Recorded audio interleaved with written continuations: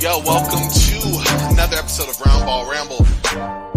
And this actually is a mix between Roundball, Ramble and the Birds Rights Pod. We are doing a series of simulcasts, just a really dope series, so just call it the duo cast, if you will. Doesn't really matter. But for this iteration, you can call me one part of the co-hosting team. I'm Corbin Ford. You can follow me on Twitter at CorbinNBA. We also have here special guest / co-host / the architect of what we were about to unveil, Steven Bagell. You can follow him on Twitter at Bird Rights Pod. And honestly, check out, before I turn over to Steven, all of SportsEthos' entire selection of shows across all platforms. Early Bird Rights Pod being one of them, specifically focused on the NBA, front office, trades, basically everything we're going to get into here in a bit. But there's so much on SportsEthos between basketball, baseball, football, gambling, betting, fantasy. You fantasy name disc golf now. Wow. Yep. We have fantasy disc golf. There Well, hello, you go. everyone. This is Steven, in case you don't know me, but fantasy disc golf at SportsEthos. I was about to give you the intro, but what a way to go. Let's bring it in, Steven. There we go. Check them out. Check Steven out. It's all there. Speaking of Steven, you've already heard his voice, the architect of fantasy disc golf. Before we get more into that, Steven, how are you doing, man? I'm doing well, Corbin. Busy time of year for me with the trade deadline approaching. Obviously, I'm the NBA front office guy here for SportsEthos. So, yeah, that's why we're here today, and that's what we'll get into. But, yeah, busy time of year with the trade deadline, less than a month away now. Absolutely, yeah, it's getting there. We are in crunch time between a lot of content, not only on SportsEthos, but just in general down the line. In fact, this major project, I'm really horrible at burying the lead and waiting for the last moment to unveil something. So we're about to get right into it. Steven, in addition to hosting the Birds Rights Pod, being the architect of all of the actual front office litigations and trades and all that actually happen in the real world for SportsEthos, is also the commissioner mastermind of something we're about to talk about. Steven, listen, take it away. So since Mondays, I believe, when we started, Corbin, but it's the mock trade deadline. For those of you who have followed me since I joined SportsEthos at the beginning of last NBA season, last year I've always done a mock trade deadline. Usually I just did it by myself, doing trades that made sense and talking about them on my old podcast, the NBA Goal. But I said, I joined SportsEthos. I said, I have this platform to unveil something really cool. So I assembled 14 other people. So we had 15 people in total. And we each represented 2 NBA teams in a Discord chat, negotiating as if we were NBA general managers. And Corbin, I know you were in it last year. You're in it this year. Mm-hmm. It's a hell of a lot of fun. It really is. It really is. So this year, I decided, you know what? This is such a unique thing that we're doing and such a niche that I have that I was like, why don't we expand this even more? So this year we have 30 participants, and I actually like 30 people more participating in it because then obviously everyone's representing one team. So you're more likely that every single team is going to at least be engaged and participating and negotiating and trying to improve their teams. Last year, let's say you had, the Magic and the 76ers. The 76ers, you knew were going to be busy because they were trying to get James Harden for Ben Simmons. But the maybe the Magic are a bad example because they sold guys off too because they were rebuilding.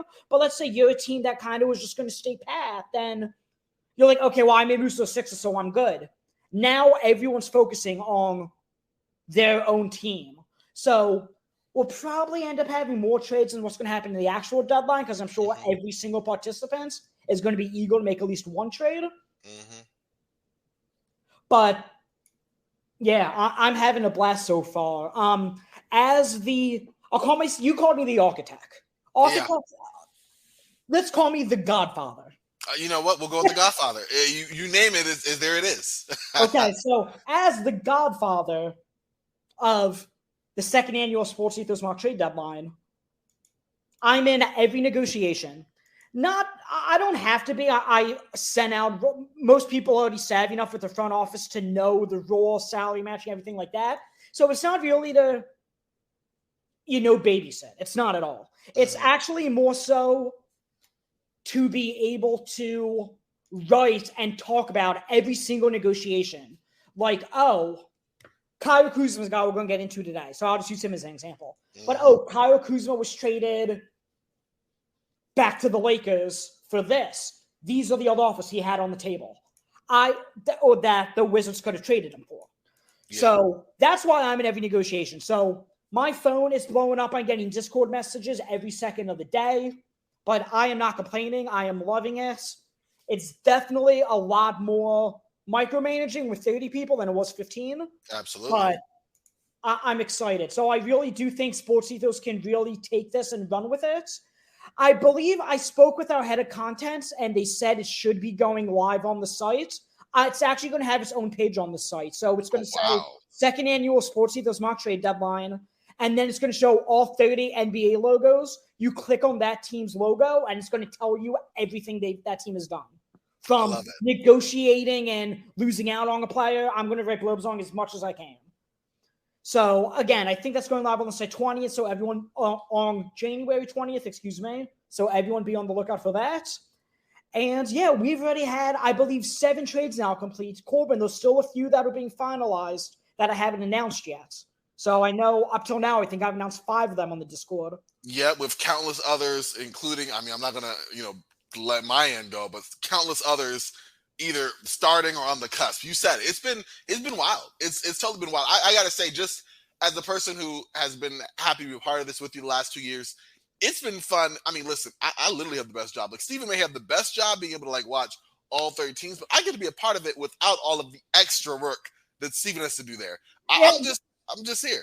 I was going to say, you've done a little bit of extra work because you and our good buddy Wojtek Kowala. Wojtek, shout out to him, yes. You guys really have been the backbone and my Supreme Court to my godfatherism, if you will. So I am forever indebted to both of you for that. Appreciate that. Okay. So I'm not going to talk about any of the trades that have been completed. We are going to, this is Thursday when we're recording. This might not be out. Corbin, I don't know how long it's going to take you to get it out, but... it's dropping tomorrow. Okay, I was going to say mine probably dropping tomorrow as well.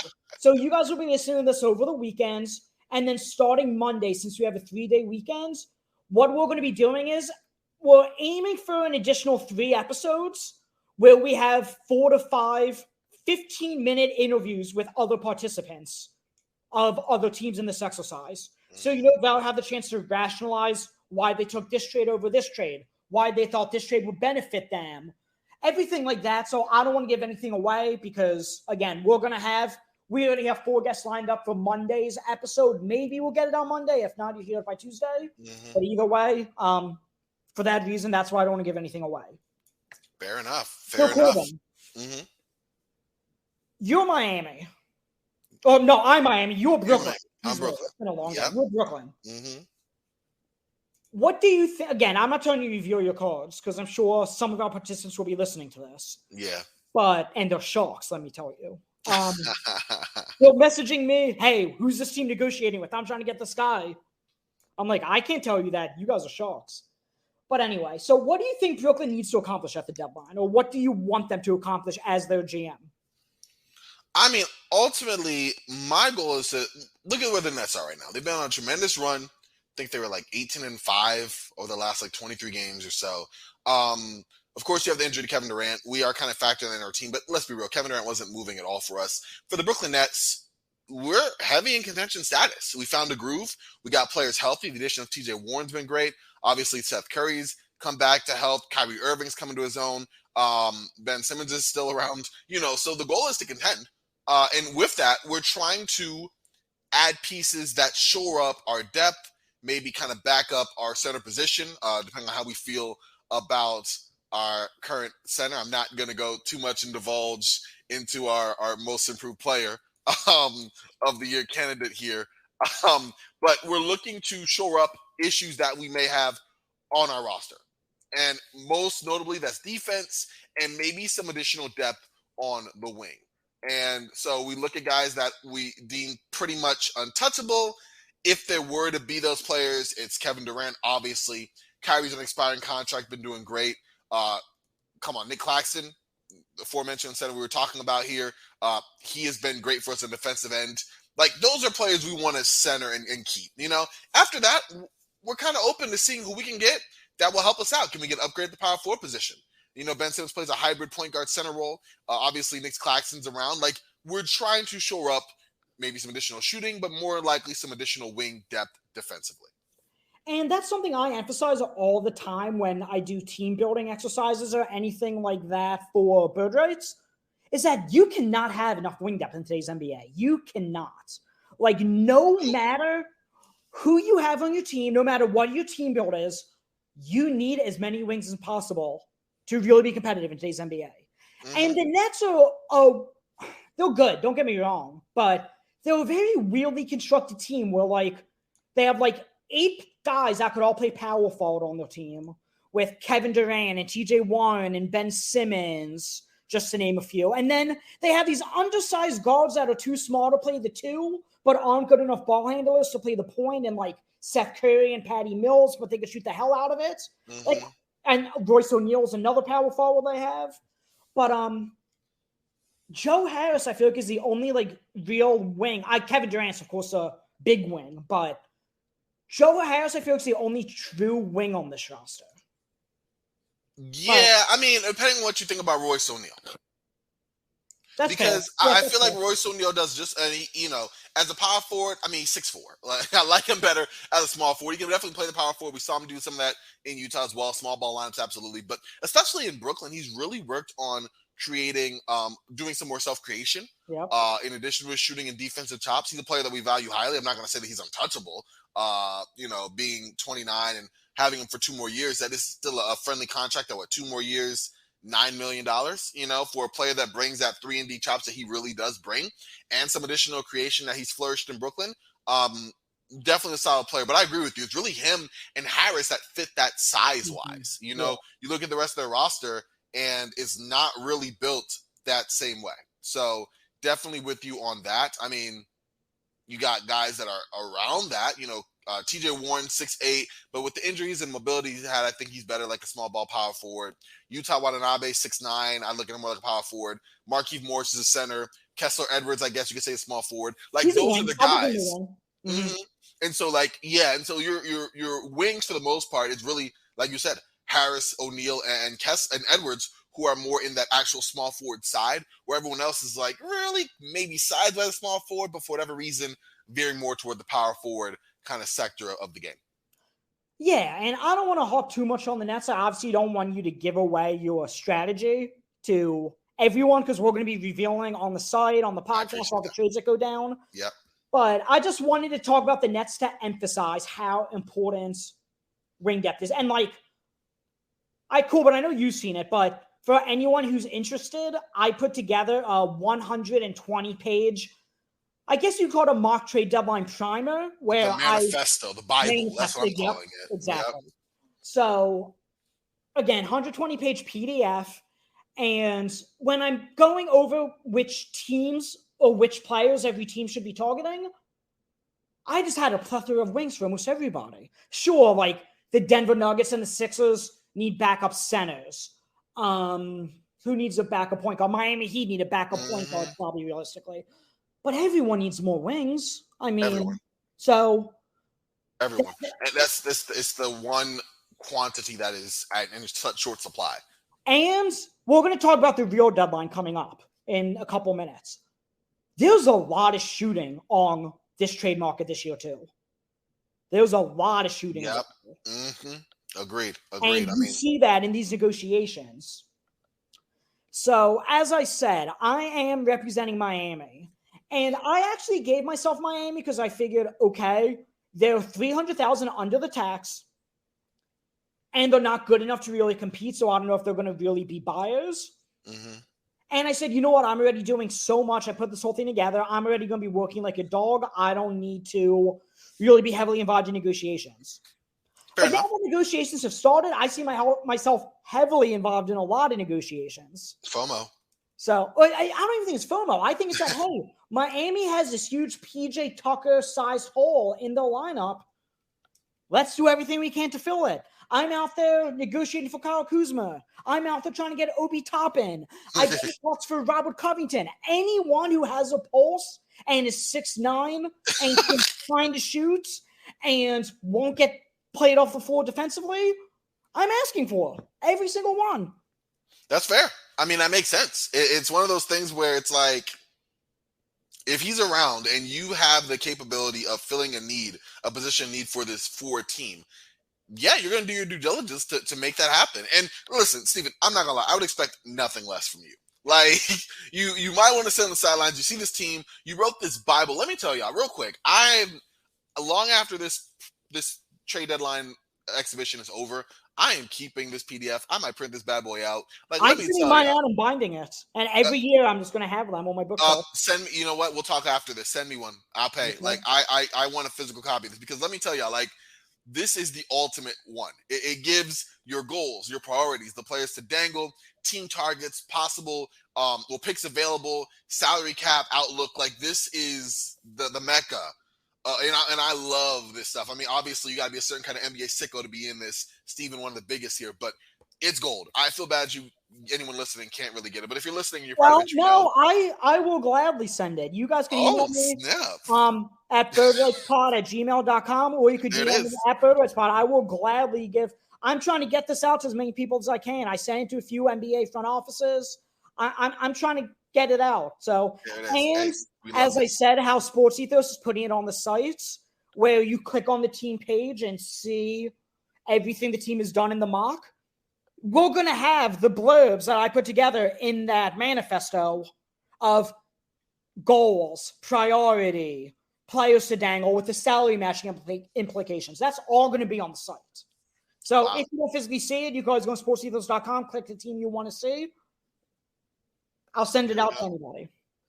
There we go. Well, y'all heard it here first. Like, there it is. And mind you, y'all should get on it because it is a treat for sure. But going back more to Miami, like you said, Steven, I want to kind of get what you're targeting. Obviously, you said you have a PJ Tucker size hole. You're looking at backup point guard. Don't want to tip your own hand in what you're doing. But are there any, let's just say, targets that your eyes are on, or any players, and you don't even have to put a certain player, let's say an archetype of a player you want? Because a point guard could be, I mean, Ben Simmons could be a point guard, obviously, Trey Man. Like, there's other guys. Like, are you looking for, like, a shooting guy who can swing between three positions and play off of Jimmy Butler and Tyler Hero? I kind of want to get a better feel of the archetype player that you're looking to add to this team. Because, like you said, you have the ability to do that, and you're targeting select players. And we're going to leave it at that. So I'll actually reveal a little bit because I feel like I already have the upper hand on a lot of you because I see every negotiation, so I know the offer I need to beat. Yeah. But it's wild, by the way. As I said, I am looking for a power forward. I have DMs Matt Moderno from the Wizards. Yeah, he will be on the pod on Monday. We'll talk about that. But when I had your friend and my friend Eric Pincus on the last episode. Yes. We were talking about an article he wrote for Bleacher Report that talked about Kyle Kuzma once out of Washington, whether he verbally expressed that or not. He's not planning on resigning. No. And Kuzma's the type of guy that he wants a specific lifestyle like he had in LA playing for the Lakers. Or if not that, then he wants to be a primary option on an NBA team. Mm-hmm. The Wizards don't provide either of those for him. Nope. So I felt as Miami, I would feel comfortable that he would be happy with his lifestyle in Miami, playing along Bam and Jimmy and Tyler Hero.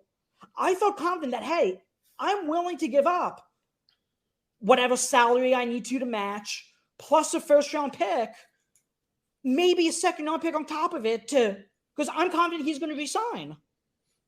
Now, Miami does have tax issues we're worrying about, so am I going to feel comfortable paying him $22 million a year starting next year? Mm-hmm. That's that's a different story, right? Yeah, and you sort of see how that John Collins contract aged when he got similar money. Yeah. So Kuzma's one of them. And then when I started thinking, oh, I'm going to resign him, I'm going to be deep into the tax, I thought, okay, let me hit up the Knicks for Obi Toppin. Because he has one more year on his rookie deal. We could get him now, see how he plays for us through the rest of the year in the playoffs. Mm-hmm. And then if we like him, we can offer him a rookie extension for significantly less than what Kuzma's going to need. True. If Obi Toppin plays well, he'll probably get the Kuzma. He'll probably get the contract that Kuzma's just finishing, which was like, what, 4 for 52-ish? And he'd have to play a little bit better than he's playing right now, even for that. Yeah, I agree. Yeah. I know you're not saying, I know you're kind of generalizing it, like the best end outcome. But I'm saying if Obi Toppin was traded to Miami, became the starter, he's athletic enough. He could shoot in theory. He's switchable. He provides a lot of things I think he fit really well in Miami that I think Miami would be willing to bite the bullet and say, okay, fine, we will give you. It might not be fully guaranteed. There might be a player option on year 4 or a team option rather, but they'll do it. But I do really like that fit. So I said, you know what? If I don't get Kuzma, I think I'm okay with that as my fallback option. Okay. So that's my options for power forward. I have dangled with the idea of trading Kyle Lowry.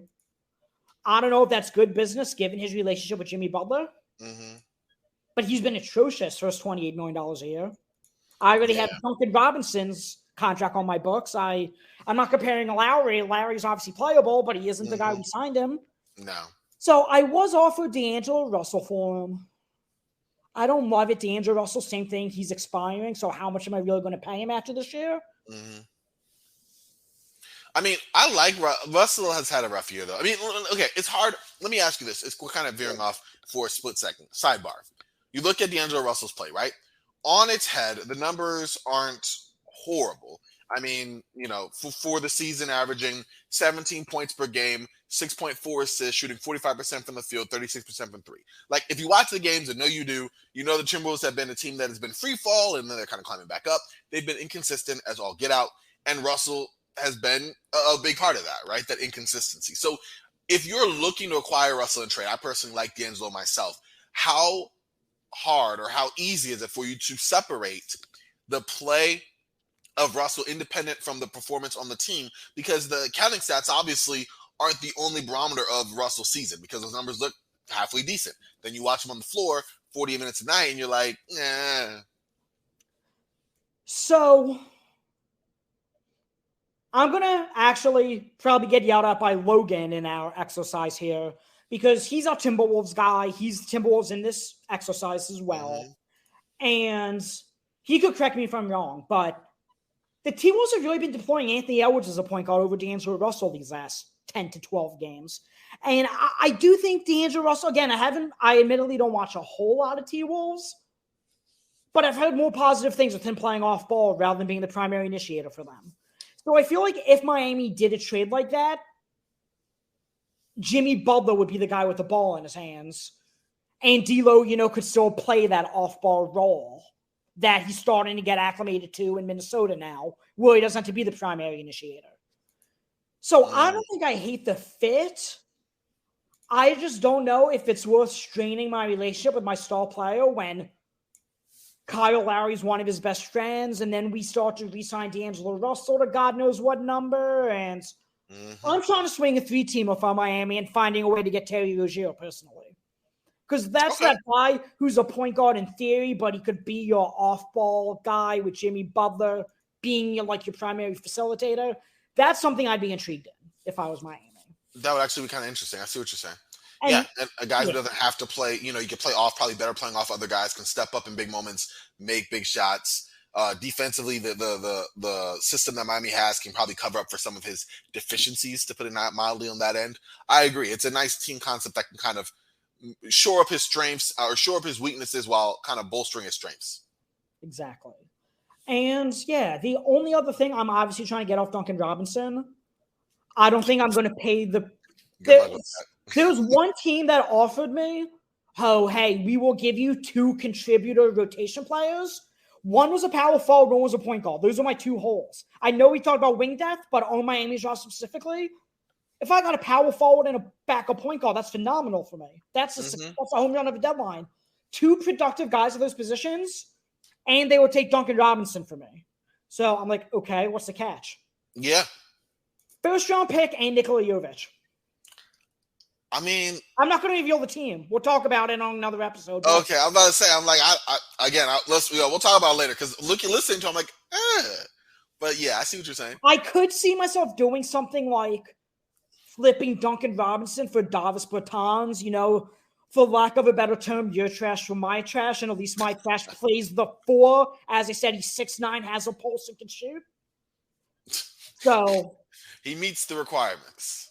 Hopefully, Mav CBA isn't listening to this, and now he's going to offer that because I haven't proposed that to him yet because that's like my last resort to get off Duncan. Okay, there you go. But there you go. I like that. something like that for Miami. I think in theory, I know there's been speculation that Miami's been trying to get Tim Hardaway Jr. from Dallas, and he has ties to Miami, obviously from when his dad played there. And that's a player I've been dabbling with, but because Oladipo has a 1-year no trade clause, and Oladipo's wanted to be in Miami for years, even when he was in Indiana, it seems like. He's not going to waive that no trade clause, I don't think.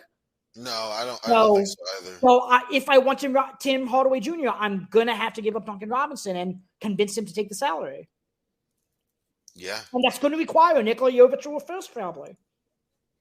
No, it's going to be pretty crazy. Yeah, you're right. It's you got some fun. You have a fun situation on your team because you're right. It's like, And I'm $300,000 under the tax. So I can't take back salary, really. I have to either shed it or match it and then salary dump someone. Yeah. You don't have, wow. That's been my issue with trying to get Kuzma because the Heat and the Wizards are both $300,000 under the tax. So neither of us, it needs to be literally an identical trade or one of us has to make a subsequent move. Wow. To make that even possible. Exactly. Yeah. Listen, you have some fun there. That is for sure. I mean, I love the fact that it does put you in the ballpark of, all right, listen, if we're this team and you want to make this movie on paper, all this sounds fine and dandy. But like, there's a lot to really consider to make these trades happen, from the salary requirements and restrictions there, from the PR, because you're right, like, this is their own sandbox, but you want to make it in some realm of reality, at least in some point. Okay, how does this fix your team, in a tangible, realistic way? And you said it, like, okay, if you're Miami, yeah, get all the players. They'll love Miami. That's great. What about your tax situation? Well, what about the players in contract? Yeah, and we need to factor in, not only would they go into the tax, so you don't get basically how it works for people who aren't as familiar or savvy with it as Corbin and I are. Basically, if you're a tax-paying team, you pay out all the non-tax-paying teams at the end of the year. So right now, I believe there's 10 teams in the tax. So the 20 non-tax teams are each entitled to $16 million each. So not only do you not get that $16 million if you're in the tax, but you'd be paying $16 million for being in the tax. So that's a $32 million swing. You, as an owner, this is a business to you. You need to make profit. Like, you're not going to sacrifice $32 million just to get Kyle Kuzma. You're not. No. So that's what it at the end. Like, I've had GMs ask me, oh, is it okay if I go on the tax? I'm like, if you're going on the tax, you better be thinking you're winning a championship. If you're not, and I know, even then, look at the Lakers. Look at other teams that have won the championship and then immediately went and tried to duck. Mm-hmm. And like, I'm a Sixers fan in real life. The Sixers are $1.1 million over the tax, and if they go over the tax this year, they'll repeat their tax next year. They're not going to do that. Their recent history has shown, just from a historical standpoint, if you're that close to going in the tax or that close to getting out, you're going to find a way to get out. And that's why I'm so pessimistic on what the Sixers are going to do at the deadline, because they can't take back. They're going to salary dump Jaden Springer to probably like Indiana or San Antonio. But then they're $1 million under the tax. So you can't really take back. So sure, you could get Matisse Thybulle and Furkan Korkmaz, trade them to Orlando for Gary Harris or Terrence Ross, but then you're back in the tax again. So it's like, it's going to be very interesting to see with the biggest luxury tax bill in NBA history, how teams maneuver that. Yeah, that's going to be huge. That's going to be huge because you said it. It's a lot of opportunity costs, but also very real costs to that. Yes. So now we're on the real deadline. So Corbin, is there any team or player or anyone in the deadline or with the deadline coming up that you think we need to talk about? I'm looking for sure at I think we need to talk about the Raptors and the Hawks. Yes. Okay. Let's start with the Raptors. The Raptors are going to be the team. They're going to be the Orlando Magic 2 years ago when they traded off Vucevic and Fournier and Aaron Gordon. They're that middling team that you don't know if they're going to buy. You don't know if they're going to sell. They should probably sell, but maybe they don't. But they're that team that, they're controlling the whole deadline. Everyone's thinking, okay, not only can we get our hands on Van Vliet or Gary Trent Jr. because they're expiring contracts, but OG Anunoby and Pascal Siakam only have a year after this year. And we know guys are more valuable at the deadline when they have that extra year in their deal as opposed to when they're expiring. And we heard, Zach Lowe talk about it on the Low Post when he said, I just lost the thought. When he said, it's going to be a Donovan Mitchell type return for OG Anunoby because he has that extra year in his deal. And again, we already talked about the wing depth, so I'm not going to keep harping on it. But for a premier wing in today's NBA, it's going to cost you 2 firsts and a young player, or 3 firsts and a young, whatever it's going to take. It's going to be a premium. So if Toronto wants to sell, they are going to get hauls for all of them, all 4 of them, all 4 of those guys I just said. So Toronto's a team that is going to dictate this whole deadline. If they decide not to sell, I know you said Atlanta, so I'll get to them, but then I'm looking at Chicago. Then I'm looking at who else could sell in theory. Maybe Atlanta, maybe Minnesota already gives. Atlanta and Minnesota both made decisions that clearly backfired on them in the aspect of they were not ready to take their team to the next level, but they made a trade giving away all these unprotected picks and everything to get a start to try to push them to that level. And it's backfired for both. It's worked out for Cleveland. And I suppose Chicago's in this group as well after getting Vucevic, Lonzo, and DeRozan and giving up all these picks to get all those guys. It's backfired for 3 of the 4. Yeah. And now we're looking at these teams. Are they going to be sellers again already? Mm-hmm. And I think the problem is you have so many teams that are kind of caught in this quagmire of whether to be buyers or sellers because of the parity in the league and also the market. Right now, you have teams that are there's literally, I think it's like for 4 games, 5 games separating like 6 different seeds. Yeah. You know what I mean? Like if you're a team that's on the outside looking in, okay, if I get one other player, we're right there. We don't got to tank. Like we are right in this thing. And if you're a team that's already at the top and you're trying to like add additional assets and bolster that team, okay, fine. But then you have to give it one of your good players. And you're like, okay, hold up. You know what I mean? Like the draft picks right now, I think it's going to be interesting to see how draft picks are prized. I think the trades that happened over this offseason between the DeJounte Murray trade, obviously the much bigger Rudy Gobert trade, have a factor as well because you have teams posturing like John Collins is going to get Donovan Mitchell. Let me talk about that trade too.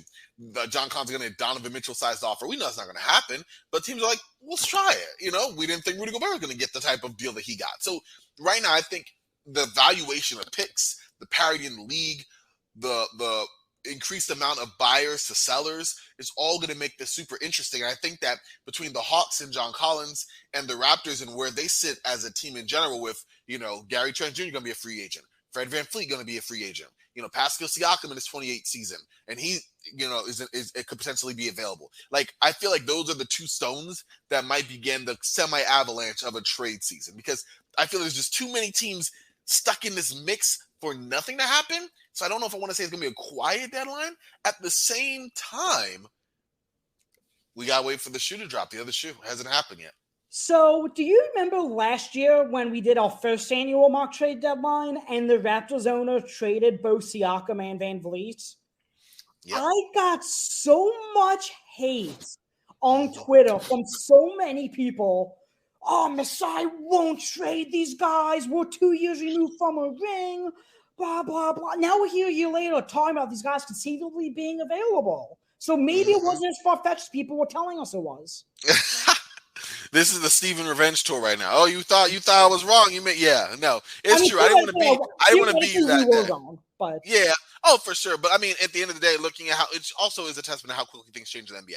You know, look at this team last year. You know, they were a year removed from that horrific 2020 season, but before that, they'd had a deep playoff run without Kawhi Leonard. Looking at guys who are 26, 27, deep roster. Coach Nurse is amazing. You know, all it takes is 1 year. You know, maybe Gary Trent hasn't been the signing that they expect him to be value-wise. Injuries have happened, a little bit of regression. It just shows you how quickly things can change on a dime.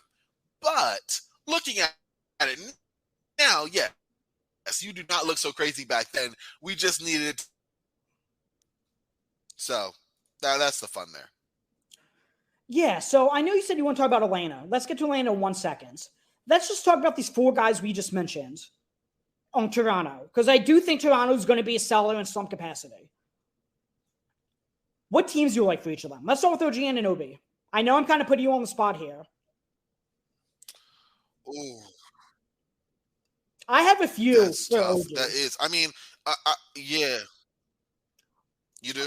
Yeah, my few. Again, everyone needs. I'll let you go first. I would like OG on Atlanta. Yeah, but does Atlanta have what it takes? They just shave up all the six with DeJounte Murray. You know what I mean? Yeah, I'm talking like just ideal fit. Honestly, like if there was a trade to happen, I mean, what? OKC? You know, you want to have teams with the assets to put together the Godfather offer that nobody's going to command. Both of these teams are actually pretty asset rich, and they're both contenders. If Memphis or the Pelicans said, hey, we have a surplus of picks, we have a surplus of young guys, we need wing depth, there cannot be enough of it in the NBA. Like, can you imagine either of those teams, Serge Anunoby? I think you'd make them the title favorites. Either of them. Yeah. What if it was, I don't think this works. Actually, no, I'm not going to say it. I want to say Dallas, but the only thing I can think of is like. I thought about Dallas. Yeah, because they have all their draft picks. Christian Wood makes matching salary. I thought about a scenario with Dallas. If they could pull off a heist of getting OG Anunoby and Saddiq Bey in this trade deadline, conceivably, that would change the whole trajectory of the team. Mm-hmm. If you get those 2 premier wings, Saddiq Bey is going to be easy to salary match because he's on a rookie deal. You could trade 3 first.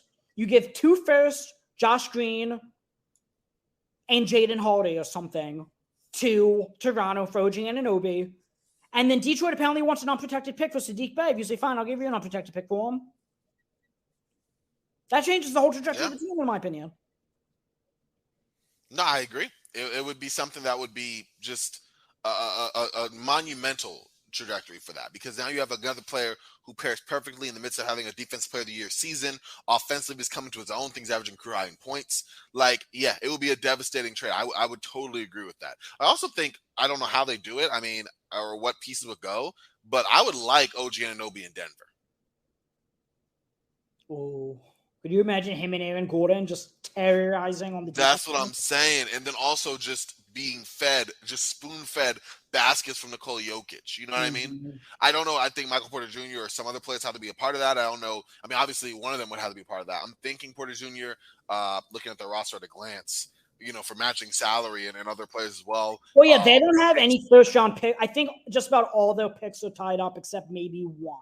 Oh, well, then that rules it out. Yeah, honestly, that was really just a thought. It was a hope. They had to be really high on MPJ and do that swap, basically. Yeah, no. And he's nice, but. But what about Siakam? I was going to say Memphis for him as well, but now that you mentioned Dallas, could you imagine Siakam and Luka Doncic together? That'd be nasty. Both guys can offensively run the show. I love Siakam as that secondary offensive initiator, the rebounding and value he brings as second side scorer, playing off of Luka, a guy who can do some creation as well at a 6'10". Yeah, I like that. I like that a lot. You're right. That would be nice. And then Memphis, you shift Jaren Jackson to the 5 to be the rim protector. You have Siakam at the 4. Desmond Bain, John Moran. I think that'd be phenomenal fit for him. Agreed. And I can see Anunoby and Siakam both fitting in Indiana really well too. They both could fit well as well. I like that too. You're right. For a team in Indiana that doesn't really want to be losing anyway, have Halliburton around. I'm not sure. There'd be a lot of their young players will probably be gone. So I'm just going to mention Halliburton as the one person who stays. But even with Halliburton as like the tempo of those two and whoever else they managed to keep that's not involved in the trade, yeah. And OG played in Indiana, by the way. Oh, you're right. College. Forgot. And then Fred VanVleet. He's an interesting one because he's an undersized guard, and so many teams already have an undersized. Like, I would say the Pelicans for Fred VanVleet, but I don't know because they already have CJ McCollum, but I do like that fit as well. I think the Pelicans, I think the second the Raptors say, okay, we are sellers, the Pelicans, Grizzlies, and Mavs are going to be the first three to come calling. Yeah. And those are the three teams we've been consistently talking about. Agreed. So what's your interesting? Why Atlanta? Why are you so intrigued by Atlanta? I feel like having a wing that could kind of soak up some usage offensively. I mean, here's the thing. Soak up some usage offensively in a role that plays as an ancillary player. Because at the end of the day, it's Trae Young and DeJounte Murray, and they're running the show, right? But if you have a guy like OG who you're shooting a three at a solid clip, able to actually be a kind of shutdown wing that the Hawks need while also not taking anything off the table offensively. You know, a guy who could maybe slide to power forward. I like lineups that could probably have AJ Griffin at the 3. You know, DeAndre Hunter at the 4. Exactly. You know, and then maybe even OG at the 5. I mean, I don't know how you want to do it. That's a small lineup, but like that's an electric offensive-minded lineup with a defensive guy between Hunter and Anunoby that I think will be solid. Enough floor spacing from both those guys on the wing. Of course, AJ Griffin as well. I mean, AJ Griffin and Anunoby on the wing. Of course, Hunter. He's not as good a shooter, but out there. And then, of course, you know, running pick and roll, whatever the case may be, pick and pop alongside Young and or DeJounte Murray. I just think the offensive fit of that's really sick, and I think that he can be utilized in some interesting ways alongside their personnel, because that's kind of, I mean, Atlanta has some issues interpersonally, but if they had like a solid wing, it almost like a lesser extent, and this is a pie in the sky thing because it couldn't happen, but like Cleveland, you know, like the need for just that wing who doesn't take anything off the table offensively, still brings a high defensive value and can utilize or, you know, capitalize on his offensive opportunities while also realizing maybe those aren't as big as the big dogs, the guards in both cases for both Cleveland and Atlanta. You know, whether it is, you know, DeJounte and Trae Young in Atlanta, whether it is Darius Garland, Donovan Mitchell in Cleveland, you want a guy who can make the most of his opportunities while also playing off of those guys and not being a gaping hole defensively, or being able to help defensively and being a complete non-entity on the offensive side. Yeah, Cleveland only has enough of those guys. Guys that are like Isaac Okoro. Or Karis LeVert. Yeah. or Lamar Stevens. You know, like it's always one or the other. You know what should actually make a lot of sense at the deadline? What? A Karis LeVert to Dallas for Tim Hardaway Jr. swap. Because Karis LeVert, I do like that. Has to come off the bench now because he needs a ball in his hands, and either Garland or Mitchell are always going to have the ball. So that's why they've been staggering him and putting a Okoro in the 5 or in the starting 5. Dallas needs an extra playmaker. I know he'd be playing alongside Dinwiddie and Luka's probably the most ball-dominant guy in the league, but they need an extra playmaker in Dallas, and they need a wing, and he checks both those boxes for them. Yeah, no, I like that. I like that, absolutely. Like, that for me is a solid one. You're right. He's a guy who I think can play a better version of that backup point guard hybrid role, like while also playing alongside Luka that you really need to have. Jalen Brunson, the only one who's really struck that balance. I think Spencer Dinwiddie is the ultimate feast or famine type of player alongside him. And I think with Karis LeVert, you have someone who is more readily able to create his own offense. Probably the same iffy three-point shooter that, you know, Dinwiddie is, but someone who can at least run the offense and also be more scoring-minded, where the Dinwiddie can be more scoring-minded but isn't as capable, in my opinion, as Karis is on the offensive end. And also balancing playing off of Luka with being assertive and taking control. You know, imagine Karis LeVert alongside Christian Wood. I don't know if I like that defensively, but offensively, that's nice, you know? having an array of shooters out there. Tim Hardaway Jr. gets to go. I mean, if he's traded to Cleveland, that's a guy you could probably get away with playing at the 3. Good enough 3-point shooter. Doesn't create his own offense anyway, so it's great. Defensively, can kind of be a stout kind of guy. Not your stopper necessarily, but probably the best of both worlds you're going to get with the position that Cleveland's in financially, and the players available. So I definitely like what you described there. And then we have John Collins while we're on the Hawks. I feel like he's the new Miles Turner in the aspect of that he's always freaking in trade rumors no matter what. And I kind of want to use that John Collins theoretical trade, I suppose, with him being in rumors. And I want to segue that into like in Indiana and Utah and what those teams are going to do at the deadline. Both of those teams are speculated to have interest in John Collins. And I suppose Utah doesn't need a power forward. They don't by any means. Indiana, friend of the pod, Jake Fisher, just wrote today, they're trying to get a power forward. Wow. So, and Utah it's been reported multiple times as like Collins, and apparently they offered, who was it, Jared Vanderbilt and Malik Beasley, I believe? Mm-hmm. But they won a first rounder with Collins in order to do it because I suppose Collins' money and Vanderbilt still being on a rookie deal. So what do we think those teams end up doing, Indiana and Utah? Because they're teams that clearly came into the year just about as projected to be the 2 worst teams in the NBA, or close to it. And Indiana, I know Halliburton's going to miss time now, but they're sitting at the 6th seed. Mm-hmm. And Utah right now, I believe, isn't playing in the West. So where do we think teams like that go? Where they have some pieces we thought they were going to tank, but Indiana's starting to look like they're going to re-sign in or renegotiate and extend Miles Turner and not trade him. Maybe they bring John Collins in now. Utah has pieces that people want, but they want to extend Jordan Clarkson apparently. So, which I don't think they will extend him. They probably just re-sign him if anything. But either way, nonetheless, what do you think of a team like that? We already talked about Toronto and Chicago as teams that might need to rebuild. We talked about Atlanta and Cleveland, who need wing depth. Where do these teams in the middle end up that we anticipated were going to rebuild, but necessarily might not now? I mean, I think it's interesting because those are the teams that I think are going to be one of the ones that make a trade late in the deadline.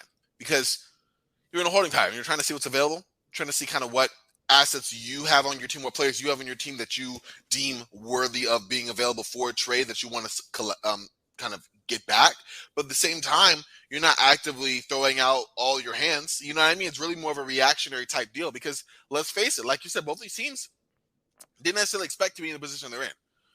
So do you just change your team developmental path off the top and say, you know what, chuck it, we're going for it? You know what I mean? Or are you going to take this like found money and be like, hey, they're playing well right now, we'll just see what happens, we're going to ride this wave. Even if we make a move, it's not going to vault us into championship contention status. So we're going to continue with the strides we're making. It's almost like it's weird for me because we saw this happen with 2 teams in the past between, I think it was 2020 or 2021 and 2022 actually. Well, both in the same year between the Hawks and the Knicks. You have a team that have success that you didn't bank on. Mm-hmm. And it's outside success. Do you buy into that and go, oh, this is the team we got? Cash all in.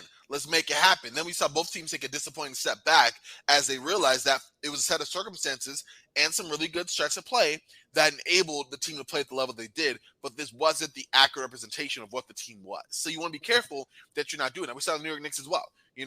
Julius Randle was out of his mind with some vets. Okay, great. We're going to double down. We great. And then we saw what happened the year after, right?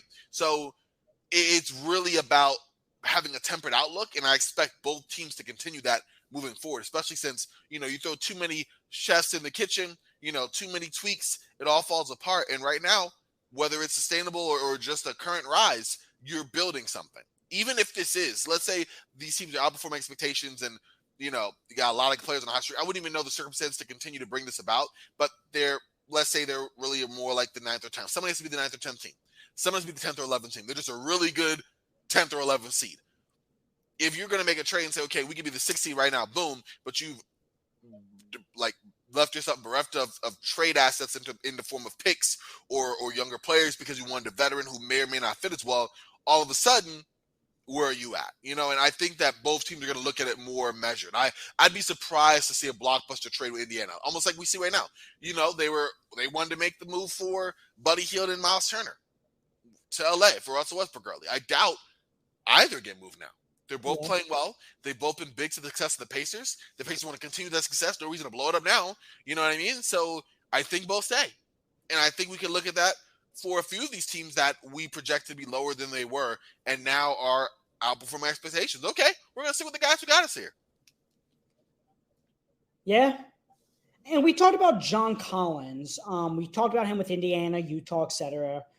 As we said, he's a new Miles Turner. I think the best thing Indiana could do is honestly renegotiate and extend Miles Turner. And then if they underperform again next year, like everyone expected them to this year, then now you have him on a new 4-year deal in his prime, able to trade him on that 4-year. You could pay your guy, keep him happy, and then trade him next year. Probably get maybe better value for him because he's not in expiring anymore.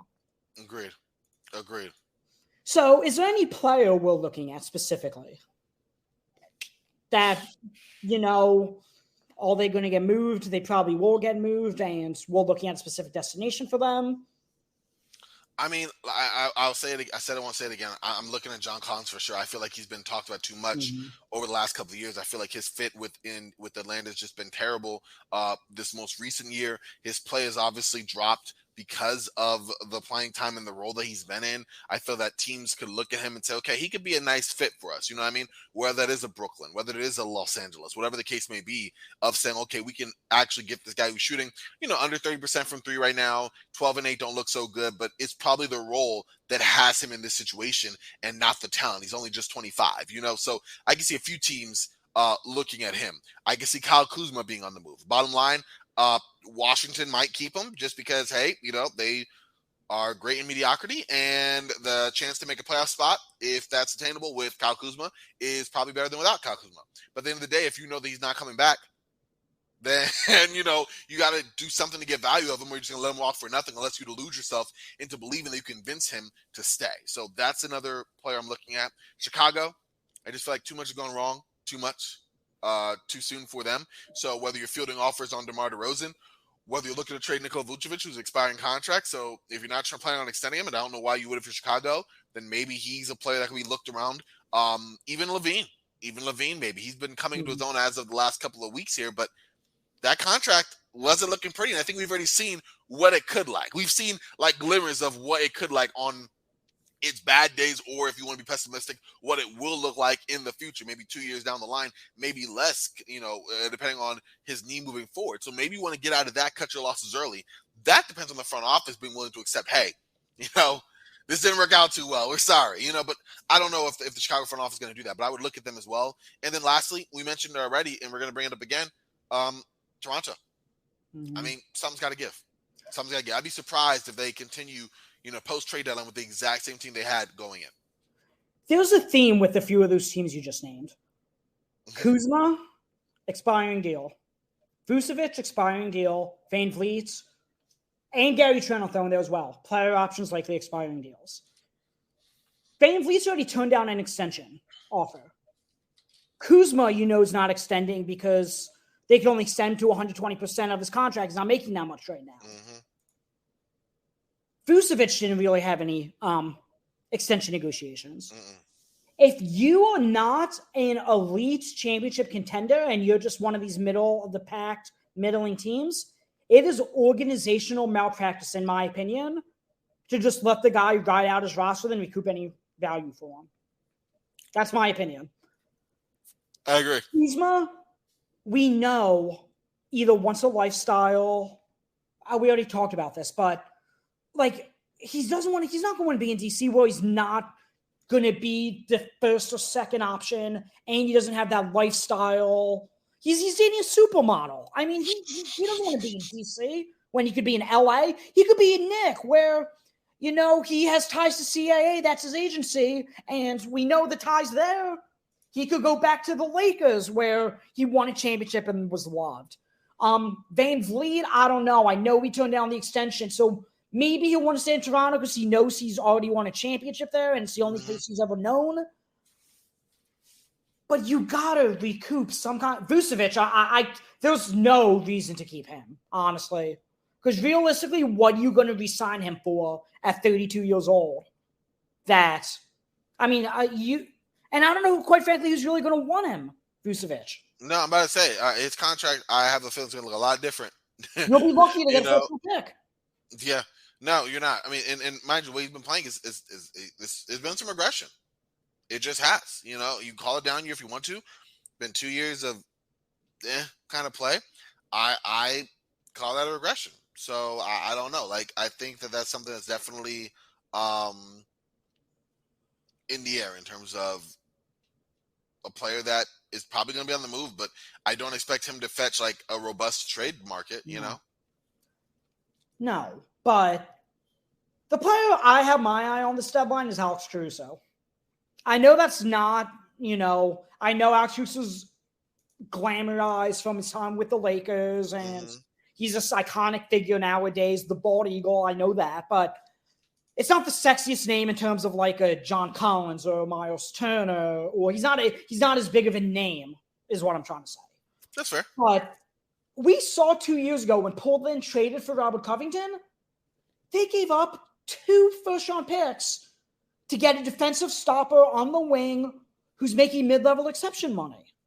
And now you have Alex Caruso, who's making less than the current mid-level exception, in contract for 3 more years. Well, 2 more if you don't, 2 plus this one. On a phenomenal contract, great defender. I mean, just such a connective piece for any contender. I wouldn't be shocked if he has the most trade value on the Bulls right now. Out of everybody on the Bulls, it would not shock me if every single guy got traded. If maybe Levine, maybe DeRozan because of name value and it's a business, they want to sell tickets. But I'm saying for the contract value of all the deals are on, Levine's negative money on his new deal, making $215 million. DeRozan's okay. He's $26 million this year, 28 million. Yeah. Vucevic, I don't know if anybody's even going to want with his expiring. But Caruso, for the value, teams are going to pay because it's a guy that's attainable that not only – I was on with Trey and Keith, the SportsEthos Bulls, a couple weeks ago. And the analogy I gave was Caruso, you only need salary match for $9 million. So you could throw 2 end-of-the-bench guys are making $4 million each and get Caruso with whatever picks. Wow. For DeRozan, you're going to have to match $26 million. And odds are, unless you're the Mavs, like a Davis Bertans or the Heat with Duncan Robinson laying around, and that'll take additional money to get off of, by the way. It's not going to happen. Yeah, you're not going to – it'll happen, but you're not going to get like the same type of value. Yeah. Or you're going to give up role players that are contributing and go into your depth. As Caruso, you're just adding the depth, Like, yeah, I apologize. That's what I meant. Like, you're not, it's not beneficial in that way. Like, if you do a cost-benefit analysis, okay, I'm a tax team, I'm a borderline tax team. Like, look at the Sixers. They have Matisse Thybulle, Furkan Korkmaz. That's $9.3 million in salary outgoing. Caruso makes about 9.1 probably. So that's a way for them to stay out of the tax. The issue with the Sixers is they don't have any picks to give. Sure. So while Terrence Ross or Gary Harris might only take a second-round pick or 2, that'll put them in the tax. Caruso, it's not. So that's why he's going to be such a coveted asset if the Bulls decide to blow it up. But Mike Skoda from Hoops Hype today reported that Caruso is not being discussed. Bulls aren't trading him. Interesting. So we'll see. Maybe that's a leverage play by the Bulls. I think it probably is. What would you think the odds are that it is a leverage play? 50-50. Okay. Because I think the Bulls did just push in all these chips and they could conceivably say, okay, this year's probably a wash, but if Lonzo Ball's back next year, we have something special here. And they will want to hold on Caruso because Caruso's trade value, he has 3 years left on his year. You don't even rush to trade him. You can trade him next year and still get a nice package for him. True. And next year he'll be even less money under the mid-level exception because the cat keeps rising. Although you get another player a year older who's bang and crash type of play could make that look a little worse. I mean, it's not likely, but I mean this guy's, we see the way he plays. You know what I mean? And that lends itself to injuries. and he's a guy who kind of relies a lot on athleticism, a lot on his defensive aptitude, not the best of shooters, not really the best of playmakers, really, just a really solid defensive-minded guard who can run your offense for Cints. But at the same time, you're right. Like, will it be 29? Will it be 30 next year? I'm trying to see. I think he's that or what? I'd say maybe 28. Maybe, yeah, maybe. He's 28. No, he'll be 29. He'll be 29 in February. Okay. So if we're talking next year's deadline, 3 days my fiance. There you go. Oh, there you go. Yeah. So there you go. There it is. So yeah, next year he'll be going to age 30. Again, it's not the end of your career by any stretch, but we've seen players of that type. There's a decline around that time. That's fair. No, that's definitely fair. Mm-hmm. So, okay, trade deadline season. I love it. It's a lot of fun, dude. Just talking about it, like you're tired, just excited. Like I mean, after I'm recording, I gotta get back to like a proposal I'm having that I was cooking up as we were talking. Like, oh, this could be a good thought. So yeah, the magic of this is great, and I'm glad that we're gonna be collaborating. Got a lot of good content. I know not only do we collaborate on the trade deadline, the mock trade deadline, Steven, last year, but we also have the Sports Ethos live trade deadline show. That's been a staple the last like 4 or 5 years. I've been a part of it the last 3 or 4, I want to say. I know you've been a part of it as long as you've been here. I'm doing, and I want to have you on as well, NBA Trade Guide series where I'm getting a guest for each team breaking down, what's possible, what moves should be made, what do you like, what you don't like. That's happening. You got everything you're doing here and just the monster stuff you have. So it's crazy time. As James Harden said last year, and it wasn't, but it's scary hours. Yep. I even assembled what would have been the largest trade in NBA history. It was a 6-team, 14-player trade. And I don't think I'm going to get every owner to agree on, which, again, that's tough to get every participant to agree on a 16 trade. But that's why it would have been the largest NBA history. So I tried. Doesn't look like it's going to happen. But, yeah, we have another few weeks of this mock trade deadline. We're probably going to conclude it around February 1st. So, yeah. And then starting Monday, you guys will be hearing us interviewing some of the participants on moves they made, negotiations they're having, and giving you a little bit of more insight into the exercise. It's going to be a lot of fun. I'm excited to be doing part of this with you, Steven. I'm excited for what's to come. We're going to have a blast. I'm looking forward to it. Absolutely. Definitely. Real quick, let them know where to find you, because if you aren't following Steven at this point, I don't know what to say. But please just share. I mean, you already shared your work, but is it just Twitter? Where else? Let them know. Let's hear it. You can follow me on Twitter at BirdRightsPod, and you could email me any questions you have if you want a copy of that manifesto, as Corbin called it, the 120-page primer of anything that happened in the trade deadline. Everything you need to know about the trade deadline is in there. You could email me, birdrightspod@gmail.com. You could DM me on Twitter, and I'll be more than willing to send over a PDF. The table of contents is hyperlinked for each team, so you don't need to scroll through 120 pages to get through the whole thing. You can just click on whatever team you want to read at the time. But, yeah, definitely very resourceful, and I definitely recommend everybody checking it out. Yep. Definitely make sure to do that. I got to talk to Steven afterwards about this in a second. But, yeah, it's going to be a total blast to follow him, especially over this next month. Absolutely. You can follow me on Twitter if you are so inclined, at Corbin NBA, also Instagram. Just general NBA stuff. It's really all it's about there. Also, please make sure to check out Sports Ethos on Twitter at Sports Ethos Online, sportsethos.com. Definitely make sure to stay tuned for that, not only for Steven's NBA mock trade deadline project that's kicked off already, but just everything else they have in store. Like I alluded to, that mock trade deadline live show, the fantasy perspective on each of the coming moves that will be happening. It's going to be a lot going on. You definitely don't want to miss it, so definitely make sure to stay tuned for that. But listen, y'all, this has been a blast of the simulcast on Roundball, Ramble, and Bird Rights Pod. For the both of us, for myself, for Steven, we are Frosty. Y'all stay frosty, and I will talk to y'all. Well, we will talk to y'all real soon.